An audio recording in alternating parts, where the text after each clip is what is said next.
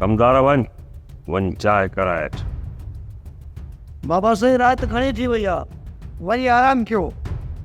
आराम करण लाइ त ज़रूरु ईंदुसि, पर पहिरियों शैतान खे पथरियूं हणी पोइ ईंदुसि। शैतान खे पथरियूं? कमाल खान असांजे तरफ़ अचे पियो। उन कमीने खे त मां वाट ते ई पूरो करे छॾींदुसि बाबा साईं। न मोहबत न, तूं कावड़ खे काबू रख। जेकॾहिं उन्हनि जी हक़ीक़त मथां पर्दो करणु चाहीं थो त पोइ कमाल खान खे ॿुधणो ई पवंदो। बाबा से कमाल खान हिते अची नवां कूड़ हणंदो। ॿुधणु घुरिजे बाबा साईं, ॿुधणु घुरिजे। कमाल खान खे ॿुधणु घुरिजे, छो त कुझु हक़ीक़तूं अञा लिकियल आहिनि जेके थोरियूं घणियूं मां ॼाणा थो। बाबा साईं छा थी ॼाणी थो? ख़ामोश आहीं?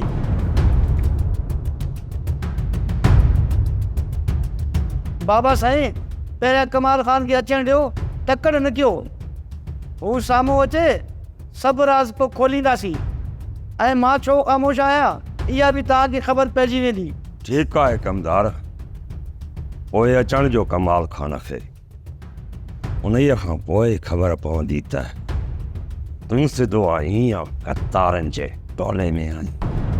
अगरि तो मथां गद्दारी ज़ाहिर थी त कमाल खान जे साम्हूं तोखे ॻोल्हणु वॾो कमीनो शख़्स आहे कमाल। हा न वॾो कमीनो शख़्स। मां त कमीनो शख़्स, पर तूं मूंखां वधीक हाकिम खान कमीनो शख़्स आहीं। जॾहिं असां तुंहिंजी पनाह में वियासीं त तूं रब खे मोकिले असांखे मारणु पियो चाहीं। ऐं तो पंहिंजे हबरान खे फ़ोन करे उन्हनि खे चई छॾियो हिननि खे हिते ॿधी छॾियो। आख़िर तो इहो छो कयो हाकिम खान, छो कयो? तो ख़िलाफ़ असांखे सबूत हथ अची विया, उन्हीअ करे इहो क़दम खणणो पियो। कहिड़ा सबूत?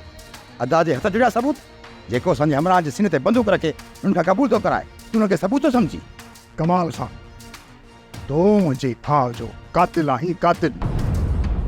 हो कोड़ हणी पाण मथां लॻल इल्ज़ाम होई नथो सघीं। जेकॾहिं मां कूड़ हणां त मां मौत जे मुंहं में अचां ई कोन। मूंखे ख़बर आहे जेकर मुंहिंजे मथां कूड़ साबित थी वेंदा त पोइ मां मारियो वेंदुसि। पोइ मूंखे हिते अचण जी कहिड़ी ज़रूरत आहे? मुंहिंजा हथ साफ़ आहिनि ऐं मूं वटि पका सबूत आहे, तॾहिं मां हिते आयो आहियां जीअं मां तव्हां सभिनी खे हक़ीक़त ॿुधाए सघां। ऐं अदा साईं जेकी तव्हांजी अखियुनि ते पटी ॿधी आहे नफ़रत जी न, मां हुनखे लाहे सघां। हाणे तोखे असुलु हक़ीक़त इहा बत कान ॿुधाईंदो त वलू खे कंहिं मारियो। हीउ हुन मौक़े ते मौजूदु हुयो। आहे बत तूं ॿुधाए असुलु ॻाल्हि छा आहे? हाकिम खान न ई कमाल खान मुंहिंजी ख़बर भरींदो, न ई गफ़ार खान। मां अजय जो कूड़ हणी पंहिंजी ईमान छो विञायां? ओठो बि ॿ दफ़ा आयो हो वलू खे छॾाइण ऐं रईस गफ़ार खान जे मथां ज़ोर बि रखियईं, पर रईस वलू खे आज़ादु छॾणु न पियो चाहे, छोजो वारिस जे चाचा जो कातिल आहे। पोइ उन ॾींहुं रईस गफ़ार खान मूंखे ऐं इक़बाल खे हुकुम ॾिनो। हेबत तूं ऐं इक़बाल वलूअ खे पाण सां गॾु वठी वञो ऐं हाकिम खान जे ॻोठ जे ॿाहिरां उनखे पूरो करे वापसि मोटी अच त जीअं हाकिम खान खे ख़बर पवे त पलांद कीअं पाड़बा आहिनि। उहो असांजे माण्हुनि खे मारींदो रहंदो त छा असां उन जे माण्हुनि खे ज़िंदा छॾे ॾींदासीं? पर ॻाल्हि ॿुध, वलूअ खे इहो ॿुधाइजो त असां तोखे ज़िंदा ॻोठ छॾे मोटी ईंदासीं। काला वलूअ खे वठी अच।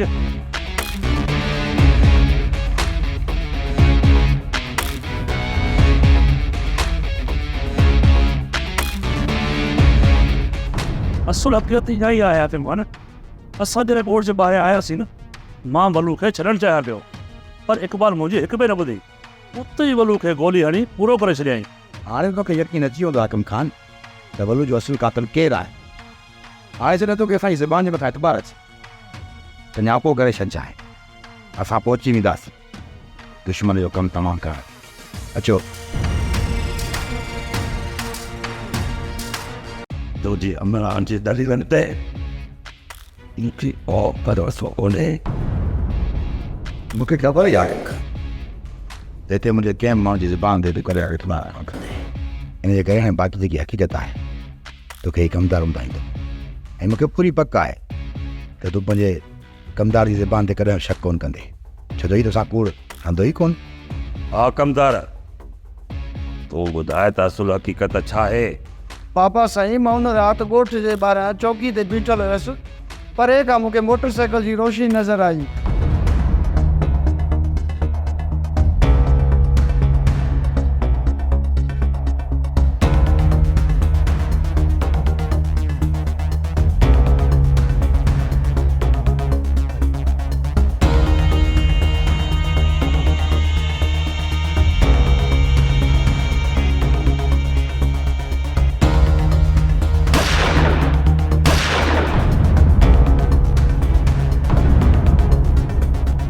सोप सीरियल ज़हर ज़िंदगी तमाम एपिसोड ॾिसो हाणे HD क्वालिटी में। विजिट कयो असांजो YouTube चैनल SindhTVHD ड्रामा।